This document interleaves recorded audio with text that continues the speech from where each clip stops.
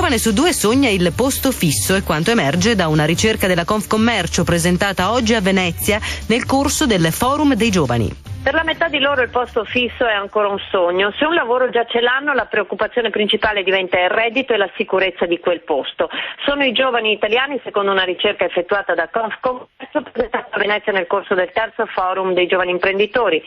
La disoccupazione giovanile risulta tra le principali emergenze del paese. Quasi l'80% dei 20-30 anni chiede più lavoro, il 32% più meritocrazia.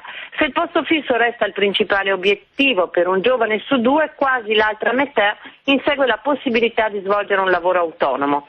E sempre la ricerca di Confcommercio mostra che tra le rinunce e i sacrifici che questi giovani sono disposti a fare per trovare il lavoro desiderato, più del 38% sarebbe disposto a sacrificare il proprio tempo libero, il 35% a trasferirsi in un'altra città, circa il 30% a rinviare il matrimonio e il 24,5% a posticipare l'età in cui avere dei figli.